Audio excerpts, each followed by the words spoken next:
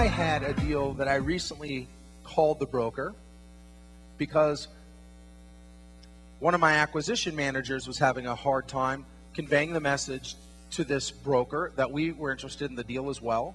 And they said, Terry, this guy's just hard-headed. He's just not wanting to sell the property. Guys, I can deal with unmotivated sellers, but unmotivated brokers, when we get into our broker section, that's intolerable for me. Really, it is. They're doing a disservice to the seller, don't you think? They have a duty to submit any deal.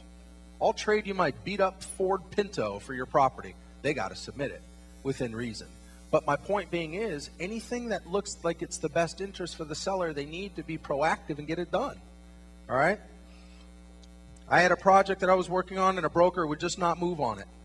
Finally, I told the broker, I called him nonstop. I said, look, we got to get the seller on the phone. We're ready to move on this project. We possibly could pay all cash and close quickly on it, but I need to get the seller on the phone. I need to get the seller on the phone. What part don't you understand? I need to get the seller on the phone. So he's like, okay, great. Well, I got a tennis match I got to go do. When I'm done with my tennis match, we'll call back and we'll go ahead and arrange the deal. And I said, you got to go play tennis? Are you a broker or a tennis pro? Maybe you're in the wrong profession. Maybe I can go ahead and sign a non-circumvent agreement and go ahead and call the seller direct so you get your commission and I'll do your job for you. How's that? No, he says, I don't want to do that. You're never going to talk direct to the seller without me on the phone. So I waited. Finally, the seller got on the phone, and I remember where I was. I was in Florida, and it was actually cold because I was in northern Florida. Now, when I was sitting there talking to this broker, I worked out and ironed out all the terms with the seller. Seller financing, the whole nine. One call close, completed, finished, done. Beautiful, packaged, pretty, ready to go. Perfect terms, ready to happen. I was waiting for the broker's call. I submitted my letter of intent. The broker, still to this day, has never called me. Never. I tell you that story only because you can only work with motivated people that want to work with you. Now, when I'm on the phone with the seller, I make sure to tell the seller I'm not circumventing, but I want to give you my information in case we get disconnected due to miscommunication in any regard. I want you to be able to reach me in multiple ways. Are you okay with that, Mr. Seller? And I have the broker constantly. I have brokers that try to interrupt and put their 2 cents in. I say, excuse me. And I remember this gentleman's name. His name was Stu. And boy, was I stewing. And I told him, I said, and now I tell everybody, I say, look, I understand that you want to go ahead and be in the best interest to represent, you can come on up, to represent the broker. I understand that. I understand that you're in a position to represent the broker and look out what's best for them. But don't you think it's best, since we have the seller on the phone, that I just speak direct to him? Or him or her? I'd like to go ahead and convey what I want to do, my terms, direct to the seller, if that's okay with you. And I sound them. That's what I call it, sounding them. So write that down. You have to sound people that are out of line. Look, I look at it like this. Brokers guard their time? Fine. Perfect. I expect them to. Well, guess what? I guard my time too, as you should as well. Okay? You should always go ahead and guard your time. Question? You know, she said, was he waiting to sell it to somebody else? Look, the terms were great. They were going to get paid their commission, and we were going to perform. I think that the seller got to the point where he was possibly just jealous that the deal was happening, and he was just a control freak and wanted to keep the listing for some reason or another. I still haven't figured it out. I don't know anybody that wouldn't want to make commission if they're in the commission business. That's bizarre to me. But then again, he was wrapped up in his tennis game, so I don't know. Didn't have the information, and I'm not somebody to circumvent. They asked, why didn't I go around to the seller direct? Because that would have been circumvention on my behalf, and I just don't do that. I play by the rules. I just don't do that. It's not worth it. It's mute subject on that. It's not even up for discussion. I understand they still get their commission, but guys, it just turned out that it was already tainted, the time already passed, and the deal was already over.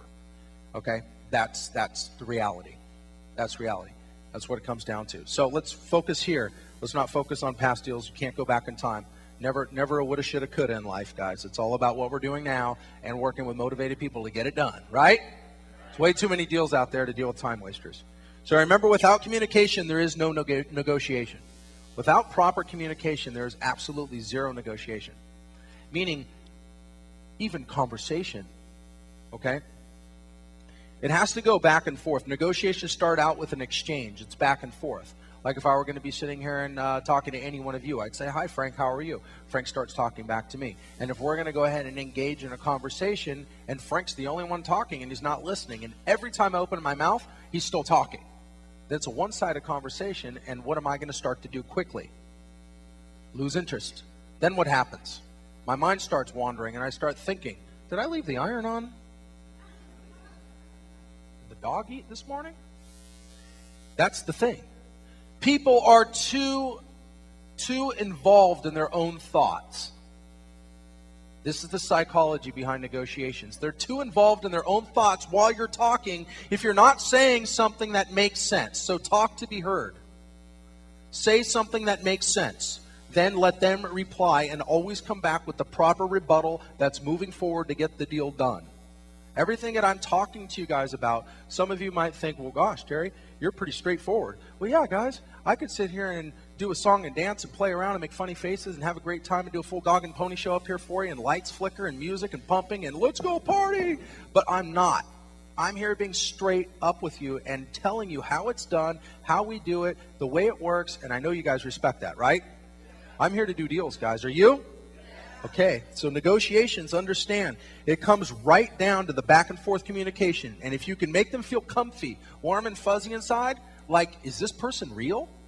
If you can go ahead and make them feel warm and fuzzy inside, the results are going to be towards getting a final negotiation in place. That's where it's at. It's all about the end of the day. It's all about, is the deal going to happen over here?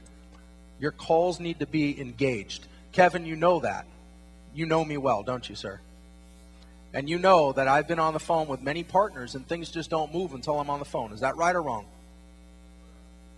That's right. Pardon? That's right. Guys, the thing about it is, I do have other partners in all types of walks of life, and a lot of times things just sit stagnant because I'm a man of action. I just want to take action to make it happen. Kevin, anybody of my acquisition team calls me. I don't say schedule a call later. I say, I'm driving down the street. Let's call him. Put him on the phone right now. Let's make it happen. And if I'm busy, I say, schedule it ASAP. Let's move forward and get the deal done. That's all I'm about, guys, is getting the deal done. And, of course, relationships. I have a lot of relationships with a lot of good people, and surrounding yourself around the winners will separate you from surrounding yourself around any time wasters. So, number one, let's make some good notes here. Let's get into negotiations in detail. I'm going to move along a little bit quicker.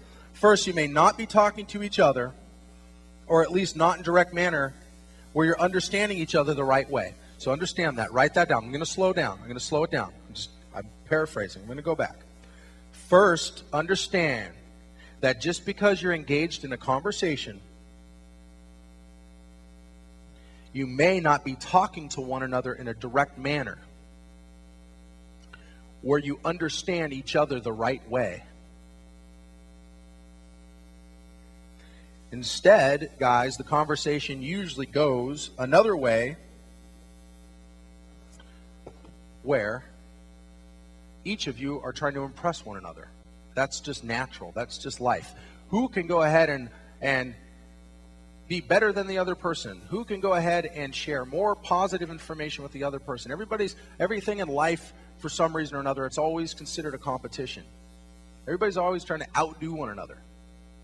Now, when you're dealing with sellers, they're going to want to go ahead and think about the next phrase, the next thing that they're going to say to you, to go ahead and sell you the property or sell you on a reason to pay retail. What you're going to be doing is trying to tell the seller every reason why you're not paying retail and you're paying wholesale and well below market. Okay? So that's the thing. Understand that you're not always engaged in a conversation and talking to them direct where they're listening to you. All right? There's a difference between hearing something and listening to something. Unfortunately, some of you may hear me, but that's why I make you write it down, because then you read it back and then you're listening. You understand that? I know this, guys. I'm a note-taker fanatic. That's why I'm making you do what you're doing. Number two, write this down. First off, the right ways to build relationships, which we know.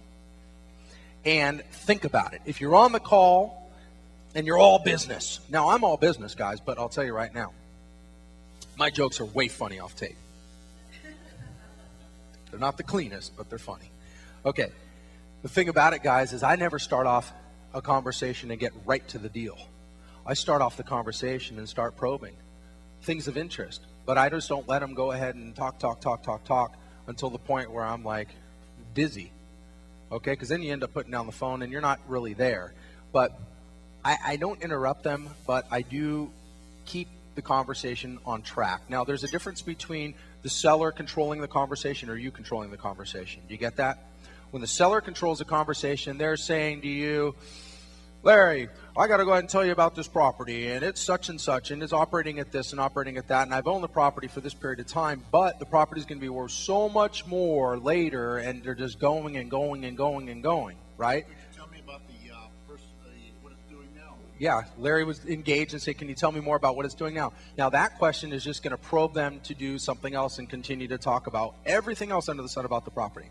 What we want to do is we want to get in, get out, get rich. We want to get in, find out if it's a deal, and get off the call. Either way. Regardless. Sometimes these things just aren't one call closes. That's why we have a second voice on it. They can be a one call close, but they're not always a one call close. So back to my point. What we want to do is control the conversation. I start off building a relationship by saying, you know, hey, John, my name is so-and-so, and I'm calling about the property at such and such address. You are the owner on it, correct? This is when we get the owner on the phone, of course. You know, I was speaking to Jane over here, and she's the broker, and I want to go ahead and ask you a few questions about it if you got a moment. Do you got a moment? Ask them a direct question. Do you have a moment? That gives you control. They say yes, then you get control back. You always want to take control back of the conversation. Ask them so they'll respond in short increments. So they're not going to go ahead and tell big, long stories. Just go right through your property info sheets and just get the information. That's how it's done. Okay? Get right there, but build a relationship. Let me ask you real quick, John, how long have you owned the property for? Oh, gosh, that property's been in my family for over 19 years. Really, that long? 19 years? Now, have you lived in the area this whole time? Or are you actually out of the area? Or do you live in the area? Now you're getting into their personal life. There's reasons why you ask that question. The reason why we ask that question is because are they in the know? Next thing you know, we're going to want to know what the property value is worth around the area. Then we're also going to want to find out how long they've had the property listed for. How long you've been trying to sell this property for? Well, how long you've had it listed for? And then every once in a while, the broker might squawk a little bit. You just take control back to the conversation. Start asking the questions. And if you get to the point where you're losing control of the conversation, stop talking. When I say stop talking, I mean stop talking. To almost they're like, is he still on the phone? Can you hear him? Is he still there? Then I finally say, I'm here. I have a few questions for you guys. Do you mind answering them? I got a few questions. Just take control of the conversation and put it right back on track. That's the way it's done. Now, we're going to talk about uncomfortable silence in a moment. But number two, even if you're talking direct to them, they still aren't hearing you all the time. All right? They're usually too busy trying to think about what they're going to say next. You guys ever been engaged in a conversation and you know the person isn't listening and they just can't wait for you to get your last word out and then they you know what I'm talking about? Okay. Well, that's exactly what I'm talking about. The best way to deflate this is to let them get it all out as well, but just don't let them babble to the point where you've lost interest in the conversation yourself. So keep it short and sweet. Remember, if you're not hearing what the other side is saying, there is no communication. It's your job, because you're the one that's on a fact-finding mission, to go ahead and speak to these people and pull the nuggets. Remember, we're kicking rocks and pulling nuggets. That's what we're doing. Kicking rocks. The third is misunderstanding. Misunderstanding. You got to have clarity. What one person says, the other may misinterpret. Write that down. I've been in the same room, guys, in the same room with people negotiating huge deals. Big name people that you guys know, which I choose not to disclose, watching this negotiation happen. And at the end of the day, they just went back at it again. And they could have had a deal. And I said, did this person not just hear what this person just said? Look, if this person stops talking and realizes that all they have to do is come up a little bit, the deal is done. But then again, you're dealing with unmotivated people when that happens. Again, too busy trying to think rather than listen. Let's turn to page 76 and talk about listening. Because I know that you guys are great listeners. You guys have been listening to me now for several days. And you're getting it, right? Okay. Listen. Remember the deal I spoke about, the senior living facility with Ray? Remember that deal? Yeah. All that upside. That particular senior living facility, there was a situation when Ray called, and by the way, for the record, Ray was soft-spoken on that call because he was a newbie. He ain't a newbie anymore. And he decided to go ahead and give a call and listen. And sometimes listening is more powerful than talking, as long as what you're listening to makes sense. He let this guy tell him all the reasons why he was a motivated seller. Is that important? That made that deal happen. That conversation made that deal happen. I give Ray all the effort in the world for that. All the effort in the world. All the kudos in the world. I do. Because if he wouldn't have had that conversation, I don't know if that deal would have ever gotten done. Okay? And all he did was call and repeat what I said before. And then he just listened. And the guy sat back and told him his whole story on why he was motivated and why he wanted to do business with the right person. And Ray said, well, I think we're the right people. Can I send you something to show you? You can take a look at it and let me know if we are the right people. And if we are, we got a deal. He said, yeah, send it over. And that was the acquisition criteria. They got engaged in another conversation. And Ray went ahead and spelt out some pretty darn good terms. I only had to tweak it a little bit. All right, a little bit more. These are my secrets, guys. This is what I say. Excuse me, Mr. Seller or Mrs. Seller. I understand and appreciate everything you just told me. This is if they're babbling. I appreciate everything that you just told me. And I've listened to every word very carefully. I need to ask, can I have your permission to tell you a little bit about how we can move forward on this property? Yeah? Okay. Kind of like you're not schooling them. You're respectfully asking for them to chime down long enough for you to go ahead and tell them something. Okay? Anybody can do it. Then, write this down, do not say a word. And I want you to count in your head to 4. And it's like this. Everybody, please. Excuse me, Mr. Seller. I understand and appreciate everything you just got through telling me, and I've listened to every single word very carefully. Now, can I ask you, can I please get your permission? I need to go ahead and ask you a little bit about the project here before we move forward.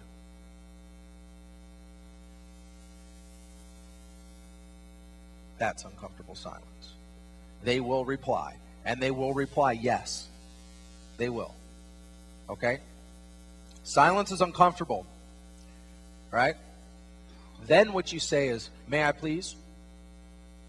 Now what you're doing is you're affirming your action. You're going back in there and you're verifying your action that you just asked permission for. May I please? That's respectful. In any walk of life, anybody, wherever they came from, whatever generation, old, young, or indifferent, fast-speaking, soft-speaking, Donald Trump, or a little old lady. Oh, I got the same hair. Just kidding. It doesn't matter. It works. You will take control. You'll take control. Now, when you do speak, again, speak to be understood. Talking with the other side, it's easy to forget. This is not a debate. It's a discussion towards a negotiation. And when it leads to an end negotiation, write that down. It's not a debate. It's a discussion. Chances are you won't get in too many debates with the seller. It's more so going to be the broker. Because you're going to sit there and try to teach a mini seminar.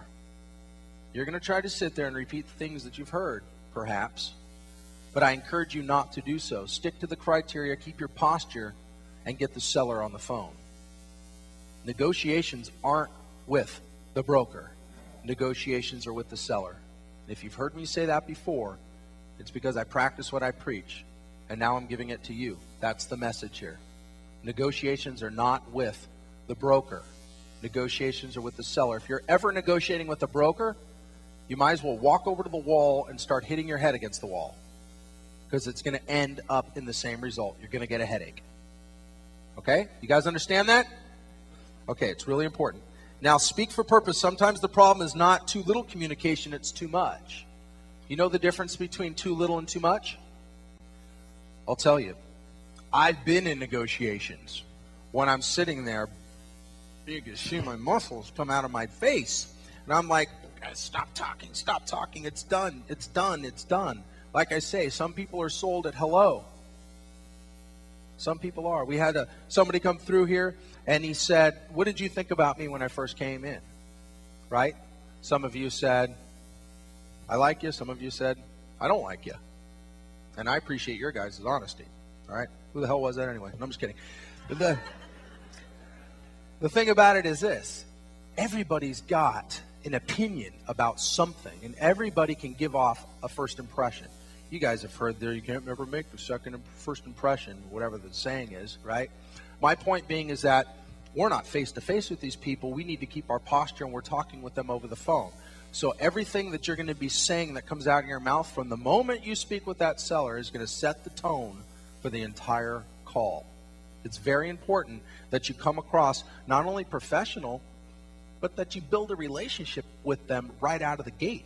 If you call and you say, hey, I'm calling on the property. Look, there's only one way we could buy this property. That's if you subordinate. It's just not going to come across right, guys. Okay? Or if you say, look, the only way we're going to buy this is if we joint venture. And if you don't joint venture, my group, and by the way, I'm not the right person to speak with, but my group is not going to do this deal with you if you don't joint venture. Do we have a deal? I got 20 more deals to call on here in my LoopNet listings. The way it works is you get in there, you say hello, you engage in a soft, mild conversation with the seller, and then you go ahead and start leading into the reasons why you feel that their property is not worthy of an all-cash purchase. That's what it comes down to. That's what I do. I'll go in there and just tell them, I don't care how good the deal is.